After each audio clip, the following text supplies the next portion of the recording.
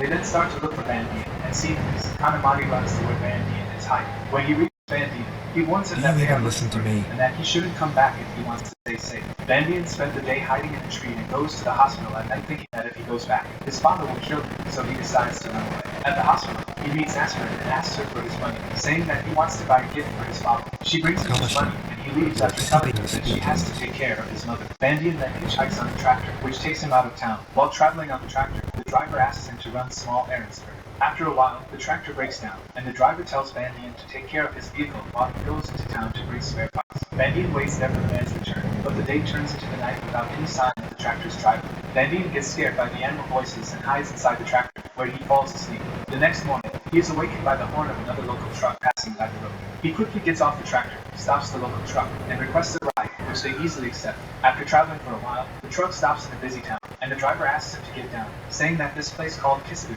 is their last stop. With his ball in his hand, he starts walking in the market.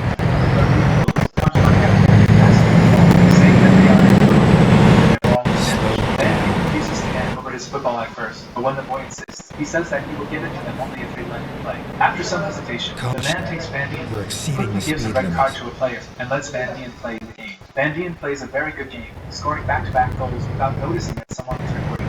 His game comes to an end when the tractor driver from the other night comes there, looking for him as he abandoned his vehicle. Van Dien starts running and luckily spots Dr. Aspirin's car standing nearby. He quickly gets in the car and asks him to travel.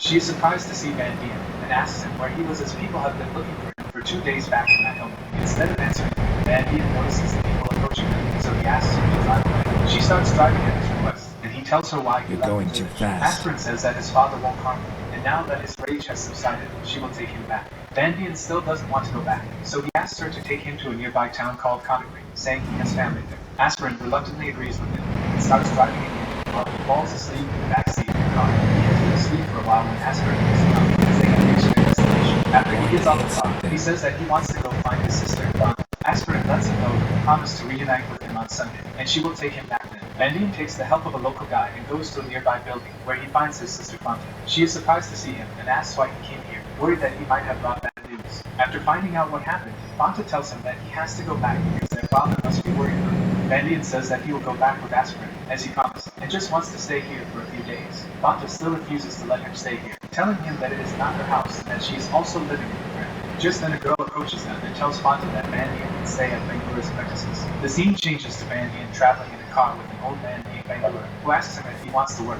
When Van Dien gives a positive answer, the man demands some money for the gas, claiming that Van Dien will get it back with his first pay. Van Dien reluctantly gives him some money and asks what kind of work he will do, to which the man only replies that he will find out about it in the morning. After a while, they reach a house, where the man calls a boy named Bo, and asks him to take care of Van Dien. The next morning, Bo wakes Van Dien up, asking him to hurry, or all the horns are gone. Van Dien is confused by this, but when they reach the beach after crossing a slaughterhouse, he finds that Bo was talking about cow horns. He finds out that Bangura makes lamps and other things with these horns and sells them to tourists for a high price. He also finds that there are a lot of other boys who are working for Bangura. For the next few days, Bode and the other boys start to bully Van Dien by making fun of him and even pushing him around. One day, he is playing with his football when they force him to drink vodka and then throw his ball into the nearby house. Van Dien tries to take his football back, but the owner of the house refuses to give it back, and as he tries to climb the wall, his hand gets cut on a piece of broken glass. In this whole ordeal, the only person who is beside him is a dwarf man named Bubba. Bubba also works for Bangura. Heartbroken by this incident, Van Dien goes to find Aspirin at the hotel she went to when they first came here, but they can't find her as the receptionist tells him that everyone here is called Aspirin. When he comes out downheartedly, Bubba says that they should go back, but Van Dien refuses by saying that he doesn't want to see Bode again. Van Dien says that he will just stay here, but Bubba tells him that it is dangerous, and then takes him to a place called New Site de Cherminston Fair, which is the home for lost kids. The next morning, they both see a well-off lady struggling as a lot of kids surround her, wanting to help her carry his bags. Bubba comes there and offers to help the woman, while also kicking away all the children. He takes her bags and hands some to Van Dien, and as soon as she turns away, they both run away with her stuff. After running for a while, they reach a place where a security guard is stopping all the children from going to the other side of the place where a football match is being held at the stadium. They give the security guard the bags they stole from the woman as a bribe, and in return, he lets them through the wall. On the other side, everyone is climbing a big tower to watch the match, so both of them also climb the tower. Van Dien is very excited to be able to watch the match, and tells Bubba about the players he is familiar with. During the game, a player kicks the ball very high, and it drops on the Van Dien jumps off the tower without it, luckily he can see it. He then starts to play with the ball, ignoring the shouts of everyone. He continues jumping The security guards take Bandian and a bunch of other children who were watching the match through the tower, including Bubba, into custody. When they are in the cell, Bandian continues to make noise, asking them to let him go, but nobody listens to him. Some older people in the cell ask him to be quiet, so he goes to sit with Bubba, who tells him not to worry, saying that they will let people out in the morning. The next morning, Aspirin is seen at the hotel, asking the hotel staff to tell Bandian to wait if he comes here as she has some errands to run. Meanwhile, in the station, Bandian is bailed out by a man named Richard, who pretends to be Bandian's boss. Bandian doesn't know the man, but he says that Bubba is his brother, and they must let him out too, so Richard bails both of them out. As they come out of the station, Bandian says that he has to meet someone at night, but the man tells him that it is way past 9, and he missed his chance. They then get into Bichur's new Mercedes, and he brings them to his workplace, a fishmonger video store. Bichur takes them to an office, where he shows them a video of Bandian who played the football match with the older boys and kissing. Bichur then asks him how he learned to play like this, to which Bubba quickly replies that he is from a village called Racco and learned to play by himself. Bichur points out that only Bandian is from Racco, as they said they are. Bandian quickly tries to make excuses, but Bichur says that he knows they are lying, so they don't need to worry about that. He then shows them a video of a real football match, but the light goes out in the middle. As Bichur goes out to scold his workers, Bandian takes a nap there on the bench at Bubba's suggestion. In the meantime, Aspirin is searching for him and goes to Fanta's place. After realizing that they both don't know where Bandian is, they go to search for him together. Back in the fish store, Bichur continues to shout at him for being lazy. He then tells Bubba to wake Bandian up and orders them to help his workers. They are working in the store. Bubba comes there and tells Bandian that his friend and sister are looking. The thought of seeing Mrs. Aspirin again excites him. Later on, they take a truck from the store to look at the whole back by scarecrow. Then go back to the store where Aspirin and Fanta are. Then he tells Aspirin he doesn't want to go back because he wants to stay here and train to be a soccer player. Aspirin reminds him of his promise and says that she wants to take him back. How many times do I have to tell you to slow down? Saying that Conakry has a great team and that they never get a chance like this. Richard, who had joined them in the meantime, was overhearing their discussion, comes forward and says that Bandian is a courageous and determined child. He says that he can introduce Bandian to his friend Ray, who is a soccer coach. After listening to this, Bandian happily runs to Bubba, who is standing nearby, and tells him that he knows Ray. After Bandian left, Aspirin told Bichur that she would take Bandian back and that he is not going to soccer school. Fanta interrupts him, saying that it is an golden opportunity one can get in Africa, so she can't let her brother go back. Aspirin walks out, saying that she didn't know if giving Bandian a call would take it this far. Bandian, who is talking to Bubba standing nearby, follows her and attempts to give her the call back, but she refuses to say that she doesn't take gifts back. He then reminds her of the promise to take care of his mother, and she assures him that she will treat her. A few days pass and Bandian goes to meet Kareem, where he has to make a trial. Bandian struggles at first due to his shoes, but then he decides to take off his shoes and successfully scores a goal in the case. Because of his excellent performance, Bandian is selected after the trial, and he joins the soccer school. At school, he practices at every chance he gets, which results in him being the target of bullying by the star player named Ray and the team. In the coming days, they won't let him eat, and during practice and games, they don't pass him the ball. Kareem notices this behavior after a few days and says that he can't tolerate this behavior. So if they want to stay in school, they have to accept Bandian as their new teammate. One day, Bandian is seen cleaning his shoes when Bubba comes to meet him. He asks Bandian how he's doing, and Bandian tells him about the behavior of his team. Bubba assures him that it will all be good, and that his teammates are just jealous of him. It's been 6 months since Bandian joined the team, and everyone except Ray now treats him. They are in a running session when Bichur meets Kareem and tells him that he should contact some academies in Europe to sell his talented players. Kareem refuses to accept his offer and says that he is training his students to play for Africa. After coming back to school, Kareem is teaching his students about different football techniques and asks them a question. Bandian quickly answers the questions correctly, earning praise from Kareem. As soon as Kareem turns back towards the board, Ray whispers to Bandian that he shouldn't get his hopes up as he will never get to wear the 10-number jersey. After class, Bandian challenges Ray to a duel, saying that whoever can juggle the ball the longest can be crowned champion. Ray accepts the challenge. They start to play, and after a long match, Bandian wins the match and cheers happily. Just when he is celebrating, Kareem comes there and scolds him. Kareem then tells Bandian that he will stay on the bench for a year and not play in the match against the Coasters. After the incident, Bandian meets Bubba and tells him that he wants to go back to his village. Bubba advises him to not give up and reminds him that he should think about the people and trust him to be successful, and he shouldn't miss such an opportunity. On the day of their match against the Coasters, Bichur pays someone from the opposite team to get Ray out of the match as soon as possible by tackling him. Meanwhile, in his village, everyone is listening to the match on the radio, excited to hear Bandian's name on air. As soon as the match starts, the opposite team starts to attack Ray, and after some initial tries, they injure him so he has to sit outside, just as planned. After Ture is out, Bandian gets to play in the match and shows a great performance, which leads to his team winning the match. A year later, an envelope arrives at Bichur's store, whereas Bubba, who still works for him, hands him over the document. After reading what's inside, Beecher immediately leaves and goes to visit How many the school. times do Turns I out have the to St. tell you Kitts to Sports slow down? Association of France wants to train Bandian for 5 years, including all the expenses. In other words, it is the perfect opportunity for Bandian to play against the best soccer players in Europe. Yet again, Kareem freaks out and tells him to focus on his fish business instead of football. Kareem says that Bandian is very young, but Beecher is determined to send Bandian to Europe, as he says that it will secure his future. Kareem tries to scare him by saying that Bandian's village will curse him if he tries to send him without his father's permission, but Beecher has already made up his mind. So he goes to Bandian's village to convince Bandian's father. There, Beecher, with the help of Wanta and Aspen, tries to convince Musa to let Bandian go to Europe. Musa replies to him that he wishes Bandian to stay in the village, but if it is not possible, it doesn't matter if he is in France or Africa. After getting permission and blessings from his father, Bandian goes to France alone and easily gets past the airport while pretending to be 16. After reaching France, he takes a taxi, which takes him to the stadium. This is the end of the recap. What lengths are you willing to go to fulfill your dreams? Do you agree with Bandian's decision to go to another continent? Please let us know your opinion in the comments, and make sure to subscribe and press the bell icon so you won't miss more exciting. A group of men with rifles and pitchforks move through a field of weeds, hoping they're not too late to save the kids. An old man wakes up. His name is Paul Edgecombe, and though he lives in a nursing home, he's still sharp and independent.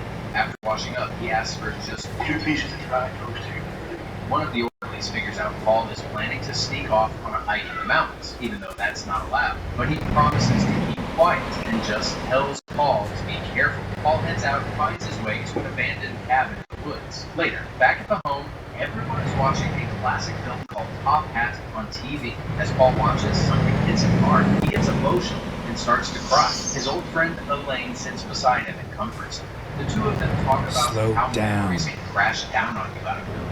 60 years earlier, Paul had worked in a prison during the Great Depression. Jobs were scarce, and he held onto his position tightly. He was the head guard in the death row block known as the Last Mile. It was also called the Green Mile because of the color of the floor tiles. They had an electric chair there, and the guards You're called going it too the oldest fast. part. The year that stood out most was 1935. That was when Paul came down with a painful bladder infection.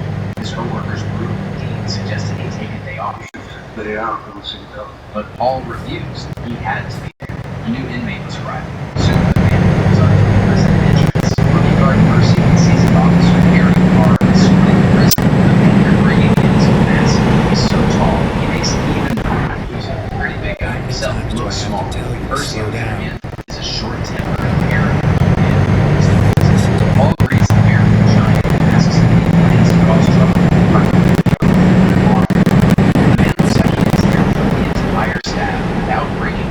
But instead, he just looks nervous and scared. The prisoner quietly calls Paul boss and steps into the cell without a fight.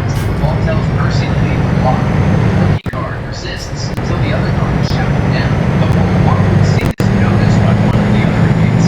Down chuckles. Percy doesn't like being laughed and breaks Bill's fingers with his baton. Once Percy is finally gone, Paul orders the shackles removed from the prisoner. It's clear the man is mentally challenged. He can barely write his own name. He says it's coffee, like the drink,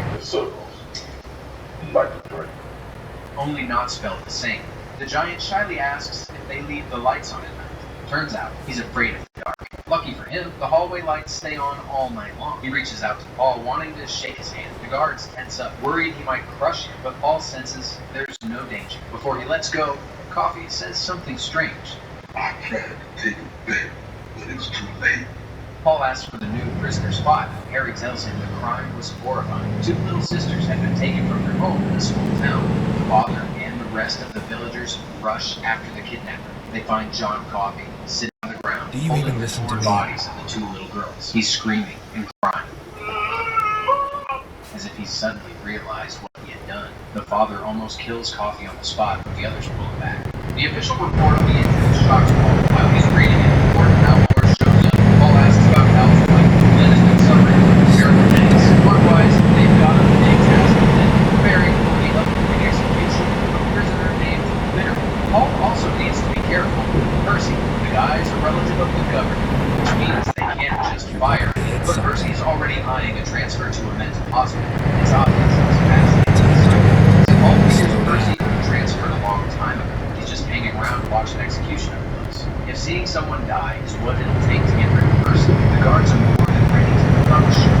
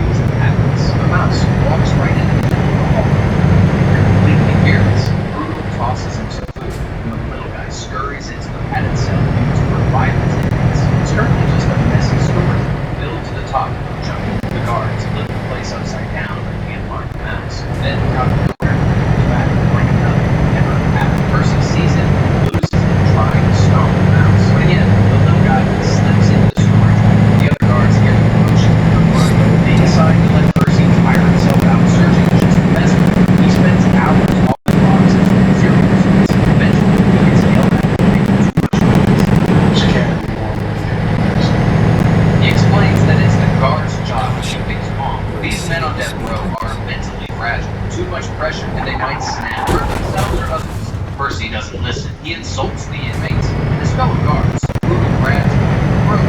Paul has to step in. They all know Percy can pull some strings and get them fired, but Paul's had enough. He tells Percy straight up they're ready to lose their jobs if he crosses the line again, and next time, no one's holding back. Later, Bitterbuck is taken to say goodbye to his wife and daughter. Meanwhile, the guards rehearse for the execution. An old janitor plays the prisoner while they strap him into the electric chair. He cracks dirty jokes the whole time. The guards can't help but laugh. Black Do you humor even is listen to all me? that keeps them sane. Paul, being in charge, scolds them, but even he understands. There are no smiles allowed during the official execution. Percy watches everything with a sick kind of interest. Before they put the cap with the electrodes on the prisoner's head, they place a wet sponge underneath it. That helps the current go through faster, makes the death quicker, more humane. How many Later that times do I evening, have to they tell shave you the to top slow of down? Bitterbuck's head for better conductivity. Paul sits Get with him ready for to turn one left. final conversation. The man says he believes that if someone truly regrets their sins, they get to go back to relive the happiest moment of their life after death. For him, Turn left. it was a camping trip with his wife, just the two of them, sitting by the fire in the mountains, her beautiful body glowing in the light. They were only 18, talking all night until the sun came up. Paul quietly says he believes that too. Maybe that's what heaven is. Still, Bitterbuck is terrified of the execution. Paul does his best to calm him. That night, they strap him into the electric chair, with witnesses watching from behind the glass. One of the guards announces the procedure. Electricity will pass through your body until you are dead. May God have mercy on your soul. Brutal pulls the switch. The room fills with terrible screams. When the doctor checks his pulse, the man is still alive. A second jolt finishes the job in silence. Afterward, Percy can't help himself. So long, Chief, he mutters. Send us a postcard from hell. Let us know if it's hot. Brutal pushes him out of the way and wheels the body out. Later, Paul talks with Percy about finally transferring out of death row. But Percy's not satisfied. He doesn't just want to watch the next execution, he wants to run it. Paul, hesitating, agrees. The next day, the little mouse shows up again. This time, he crawls right into Dell's cell. The inmate is instantly in love and names him Mr. Jingles. Turns out, the mouse is pretty smart. He even follows commands and rolls over a pretzel like it's a circus. Even Percy seems kind of impressed. He offers the mouse an empty cigar box. A moment later, out comes Paul with news. A new prisoner is coming. His name is William Ward. He goes by Wild Bill. He's done all sorts of horrible things. His death sentence is for murdering 3 people. A pregnant woman that now breaks down. He's not just presented with murder. His wife Linda, she's been diagnosed with a massive brain tumor. That wasn't even know how to tell him. That night, Paul can't sleep. Pain is destroying his getting worse. He plans to finally see God. But first, they have to bring in Wild Bill in the morning. Teeth carrying the person. John Randall is a former elite soldier, veteran of the U.S. Army Special Forces Unit, and a Medal of Honor recipient for his service in Vietnam. During his time in combat, he was captured and tortured in prison. Years after leaving the military, Rambo drifts across America. He's not looking for trouble or peace, but a run-in with martial injustice in his home country forces him to relive the horrors of war. Going too fast. The story takes place in the 1980s in Los Angeles. We meet Bobby Johnson, a young gangster from the Young Street Houses gang, who has just been released from juvenile detention center. He is welcomed by his neighborhood friends, the Ray Loco Piper crew, who also belong to Los Dulces. Upon returning to his old neighborhood, Bobby encounters his older character. However, instead of being happy, the young man complains another smell.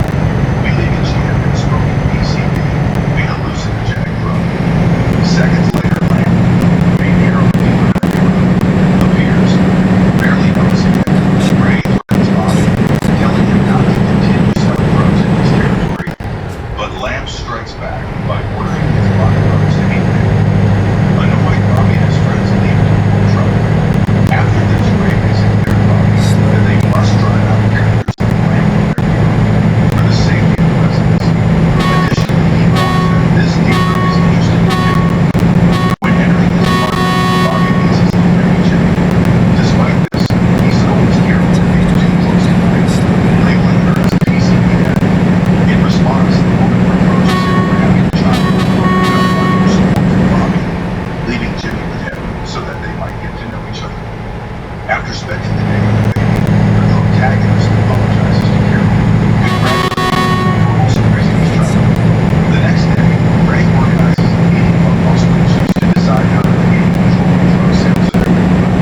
That night, Bob and Carol and their friends attend a party at a nightclub in Atlanta. After having a good time, Carol leaves the party, leaving the care of Jimmy to her boyfriend. Shortly after, as Bobby heads to his apartment, he is intercepted by Ray, who invites him to his residence for a peaceful conversation. There, the dealer forces him to snort line Carol, threatening that if the lights interfere with his business, there will be lethal consequences. The protagonist regains consciousness and returns to his apartment, only to find Carol asleep on the sofa after having drugged herself with David's candy. Because of this, Bobby holds Lamb responsible for what happened. At dusk, Los Dulces attack Lamb's nightclub, killing one of his bodyguards. They then restrain him so that Bobby can deliver a mercy shot. Later in a safe house, Ray tattoos a black heart on Bobby's cheek, symbolizing that he killed a member of a rival gang. Returning to his apartment, Bobby orders Carol that they must move because of what he has just done. Months later, it is revealed that Carol and her son have moved to a small house in another neighborhood, tired of being locked in. The woman moves out onto the street, ignoring her boyfriend's warnings. Minutes later, Bobby receives a visit from Loco Rivera, who arrived in a luxurious convertible thanks to the good business of Los Dulces. The man admits that he owes him a favor in the car, but on the way, they find a prostitute to join them, who then turns out to be an undercover police person. Later in the police station, Bobby is interrogated by an agent who makes him confess that he killed Lamb. For this, the agent asked him to reveal who his accomplices were so that he wouldn't spend too much time in prison. However, Bobby remains silent. 10 years later, we see little Jimmy living with his mother on Hubbard Street, where he is taking his first steps into the criminal world after being invited by Ray to join Los Dulces. Meanwhile, in prison, Bobby defends Loco from the Aryans, another local gang. It turns out that Loco owed the Aryans 10 cartons of cigarettes, a debt that now falls on Bobby and his allies. After that, Loco tells the protagonist that Ray has kicked him out of the gang and that he is no longer concerned with the neighborhood's needs. How many times do I Meanwhile, have Jimmy to tell you receives to his slow first down? paycheck from Ray after stealing car stereos. The next day in prison, Loco reveals to Bobby that Ray has his son stealing goods for the gang. That night, Jimmy gets into a car to steal the stereo, but unfortunately sets off the alarm. Immediately, Willie, the owner of the car, appears and shoots Jimmy in the back as he tries to escape. When the police arrive and discover that a child was shot, they arrest Willie, who shows no remorse despite leaving his wife, Mrs. Manchester, Slow down. alone. In the following scene, we see Jimmy recovering in a hospital. The next day, Bobby distances himself from his allies after hearing about his son's accident. Later in the dining room, a member of the Aryans irritates Bobby, who does not hesitate to beat him up before the police take him away. Meanwhile, Jimmy, now in a wheelchair, is assisted by nurse Shelley, who tries to encourage him to leave the children in the hospital. We return to was assigned to share a cell. He turns to the offers to quench his thirst for violence. Shortly after, as Bobby approaches the yard, he is intercepted by the Aryans and begin beating him. Fortunately, Ali appears with his men to fend off the Aryans, arguing that Bobby should be treated fairly. Buddha then demands that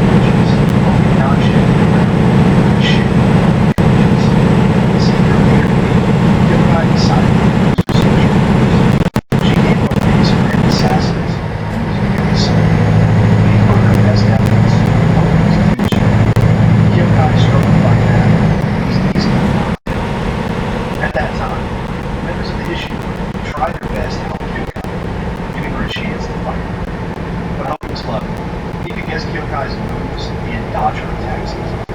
Hogan was ready to finish him off, just in time. Shin arrived and seized. Shin quickly told the others to attack Hogan. However, Hogan was too strong. He turned the attack against them, and stabbed him, making Shin never answer.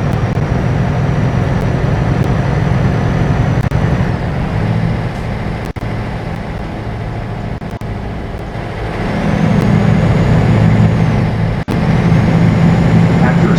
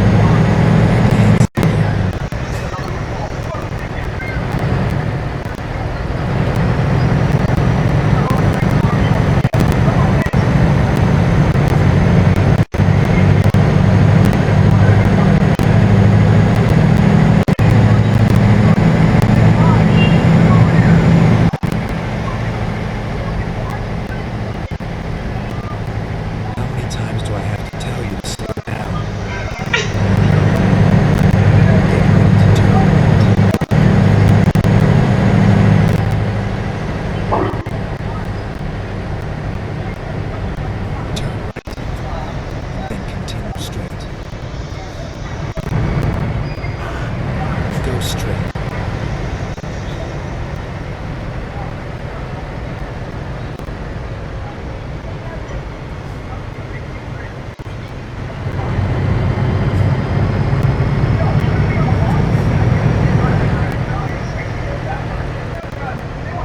Go straight. And then turn left. Turn left. Turn left. Get ready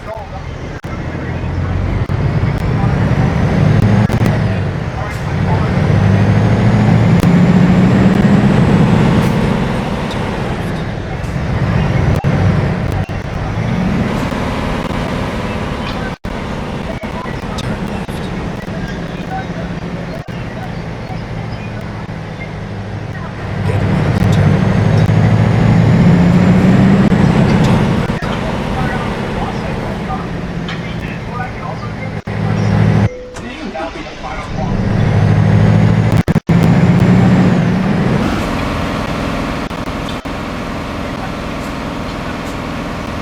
This is where it ends.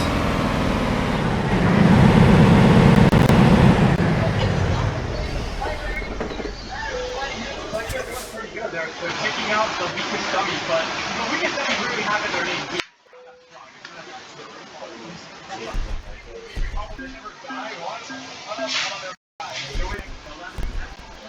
We just take 2 recipes. There you go. Good job. They took them out.